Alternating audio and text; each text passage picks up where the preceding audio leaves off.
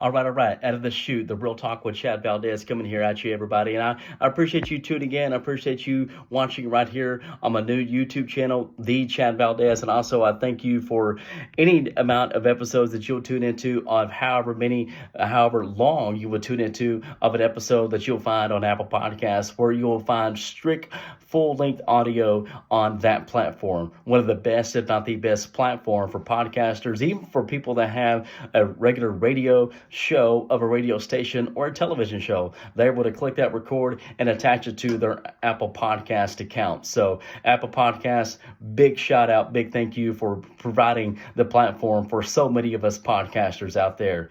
It is Wednesday, February the 1st, 2023. A year ago today is when Tom the Goat Brady announced his first retirement. That lasted for about a month. That he realized, okay, I don't want to be bored. I still got something left to prove to a degree. I still got some fuel left in the tank, more or less. And then he unannounced his retirement, unknowingly or not projecting that it would lead to a divorce that the whole bleeping world saw unfolded. How, as I said on previous episodes on previous on air on the podcast, that how would you picture yourself in those shoes of being a household name, of being a worldwide celebrity, a celebrity with the whole bleeping world knows, and you're going through a divorce? Can you just imagine the things that he was going through, as well as his recently, or the latest ex-wife, if you will, Gisele Bundchen?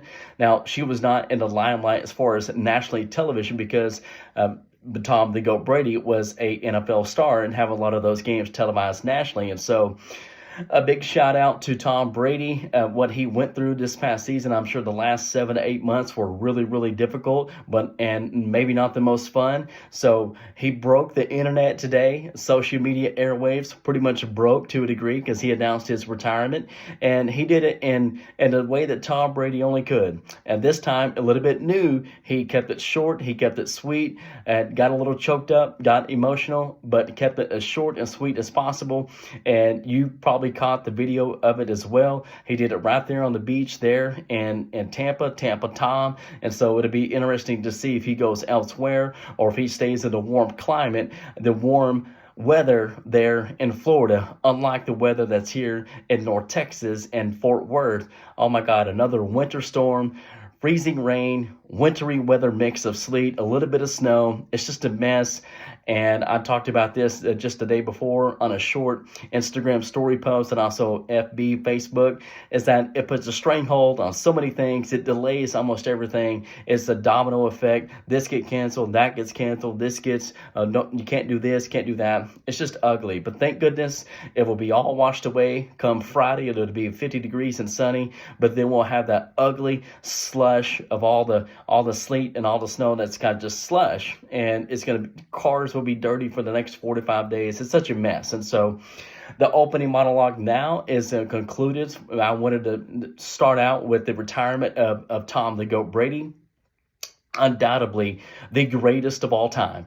Thomas Edward Patrick Jr., if I got that right. Thomas Edward Patrick Brady Jr., if I got all the names correct. I know Skip Bayless, who I'm far from a fan of, that's how he always calls Tom Brady. And so wanted to give respects and props to Tom the Goat. It's somehow some miraculous way that you would tune into this. Thank you for the memories. Thank you for the love of football that you've shown. Thank you for the last 23 years, the last 23 seasons of allowing the entire world and football lovers to watch you excel at the highest level. 7 Super Bowl wins of 10 appearances.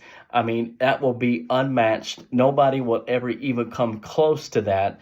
And so I thank you from not the bottom, from the top of my heart, for everything that you did in the game of NFL. We're going to miss you on the field, but we are going to love to see you in the broadcast, either in studio or the booth. And so I don't want to add any more to that because I know there's a lot of opportunities you're going to have with that, whether it be at Fox or something goes differently than that if you end up elsewhere. Tom the Goat Brady, man, thank you very much. I love you, man. And it was just a joy. It was such a joy to watch you play football via TV. Didn't ever catch any of your games in person.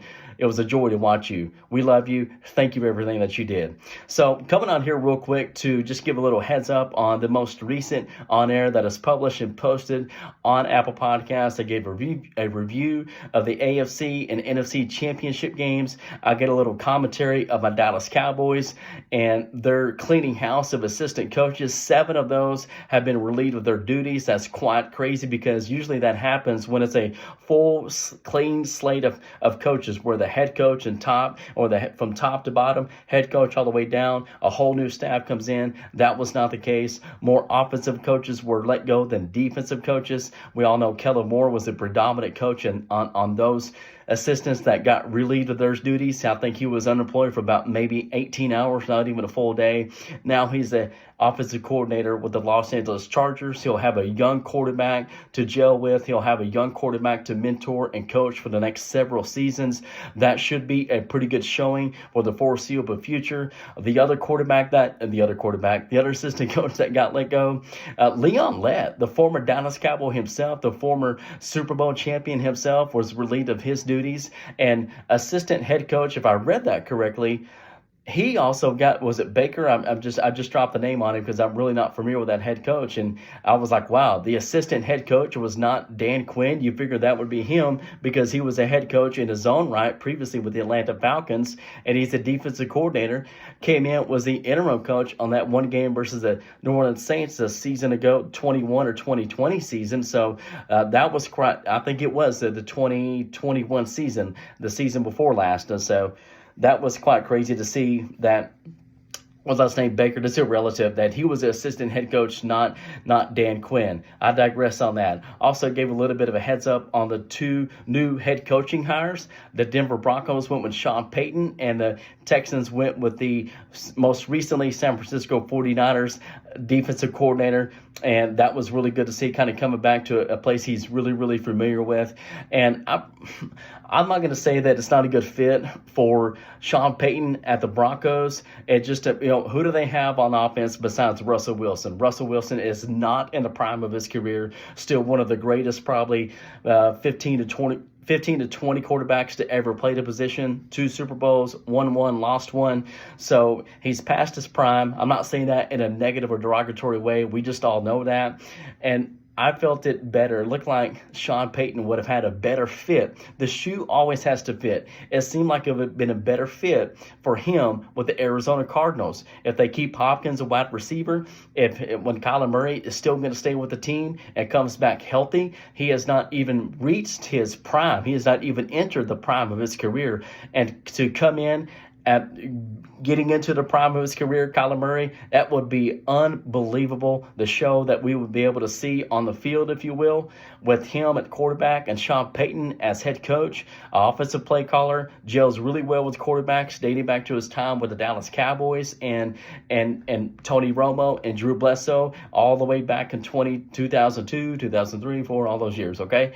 So when I say the shoe's got to fit, did the shoe fit really well with the head coach that just got not even a full season with the Denver Broncos? Did the shoe fit in that? A lot of people saw that going into the 22 season. It doesn't look like it's going to be a good fit, and it was not. You just hope that this go-around of a head coach for the Broncos is going to be a lot better than their most recent one.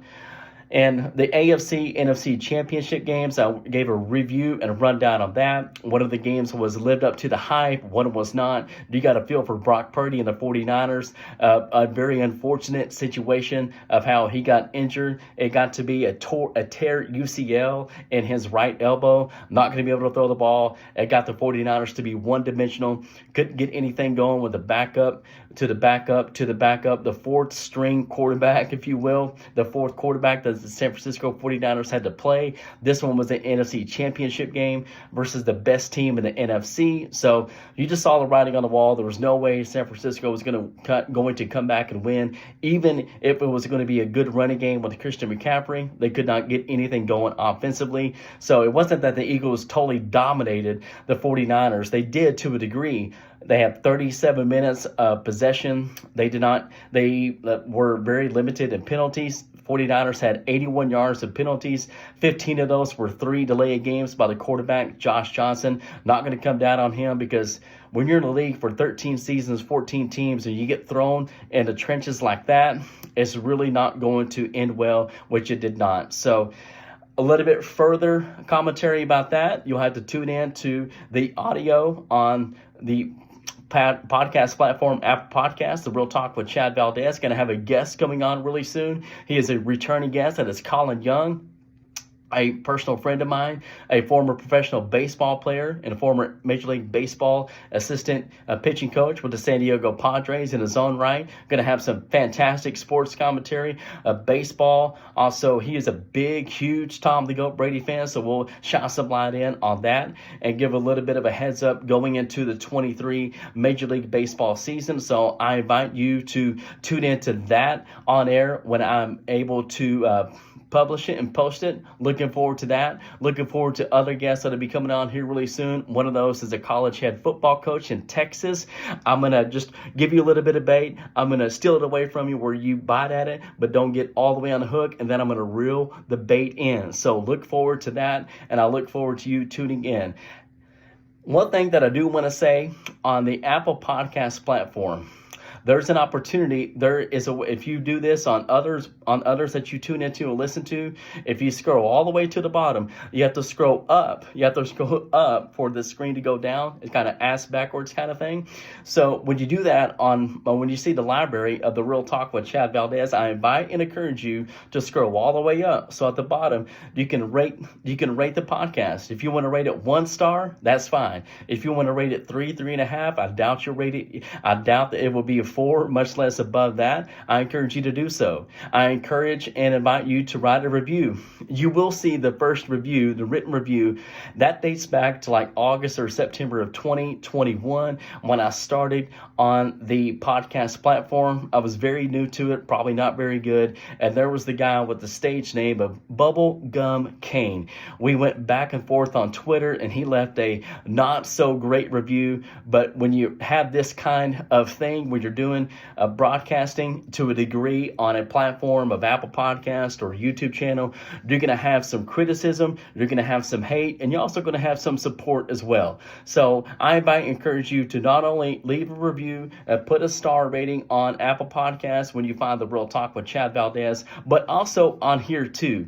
Also on YouTube, like it, dislike it, write a review, and until next time, and as always, as I close out, tell a family member, tell a friend. Until next time, I'll catch you on the flip side. This is The Real Talk with Chad Valdez.